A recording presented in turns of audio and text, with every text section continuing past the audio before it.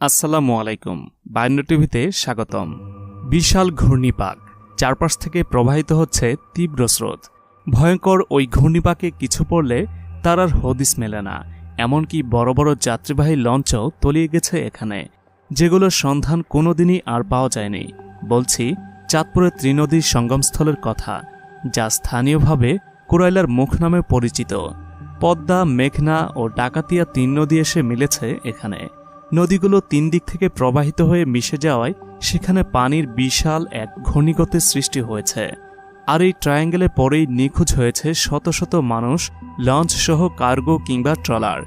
তিন নদীর এই সঙ্গমস্থল যেন এক মৃত্যুকূপ। মোহনাটি নদীর একেবারে তীরে অবস্থিত। সাধারণত নদীর তীর অগভীর থাকে, তবে আশ্চর্যজনক হলেও সত্যি, নদীর তীরে হওয়া সত্ত্বেও এই মোহনা অনেক গভীর। বর্ষাকালে এটি রূপান্তরিত হয় মৃত্যুকূপে।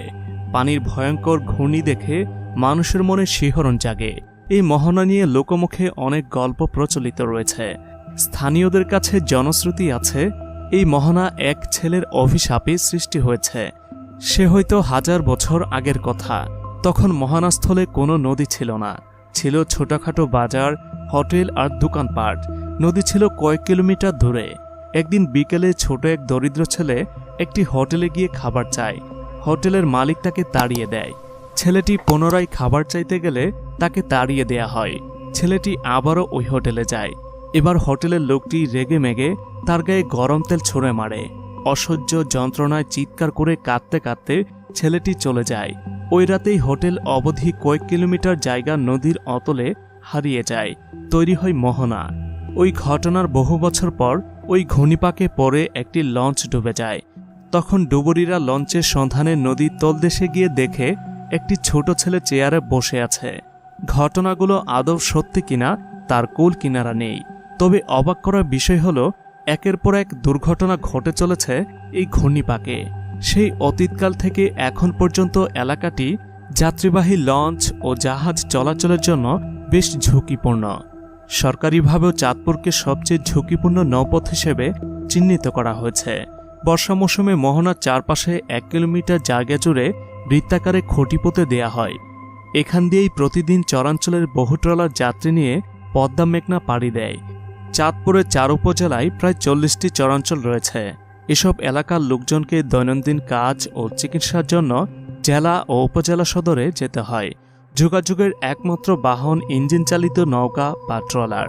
জীবনের ঝুঁকি নিয়ে শিশু, নারী ও পুরুষ সবাই এসব ট্রলারে করে নিয়মিত জেলা সদরে যাতায়াত করেন। ফলে দুর্ঘটনার কবলে পড়ে নিয়মিতই প্রাণহানির ঘটনা ঘটে। চাঁদপুর জেলার বড় স্টেশন মোলহেডে 24 ঘণ্টায় প্রবল ঘূর্ণিস্রোত বইতে থাকে। প্রতি সপ্তাহে ছোট বড় দুর্ঘটনা ঘটে এখানে। কিছুদিন আগে মেঘনা, পদ্মা, ডাকাতিয়া নদীর মোহনায় ঘূর্ণনস্রোতের কবলে পড়ে নিখোঁজ হয় 5 জন জেলে। জানা যায়, 3 নদীর মোহনায় ঘূর্ণনস্রোতে পড়ে জেলেদের নৌকাটি উল্টে যায়।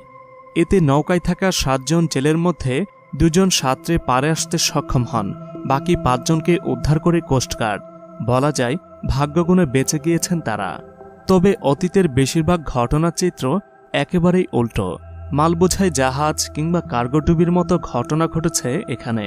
আর এসব দুর্ঘটনাজনিত জাহাজের সন্ধান কোনোদিনই আর পাওয়া যায়নি। মোহনায় এত বেশি স্রোত থাকে যে এসব নৌযান উদ্ধার কখনোই সম্ভব হয়নি।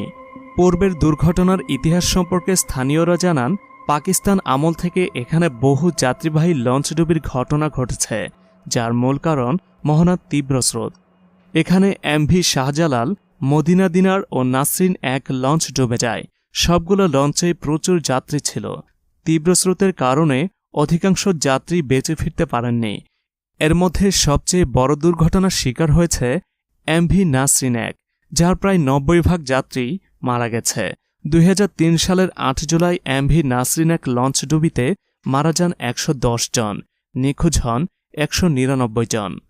ওই নৌ দুর্ঘটনায় লঞ্চটির মালিকও মারা যান। এরপর একই বছর চাঁদপুর জেলার প্রশাসক লঞ্চ ডুবিতে ক্ষতিগ্রস্ত 400 জনের তালিকা প্রকাশ করেন।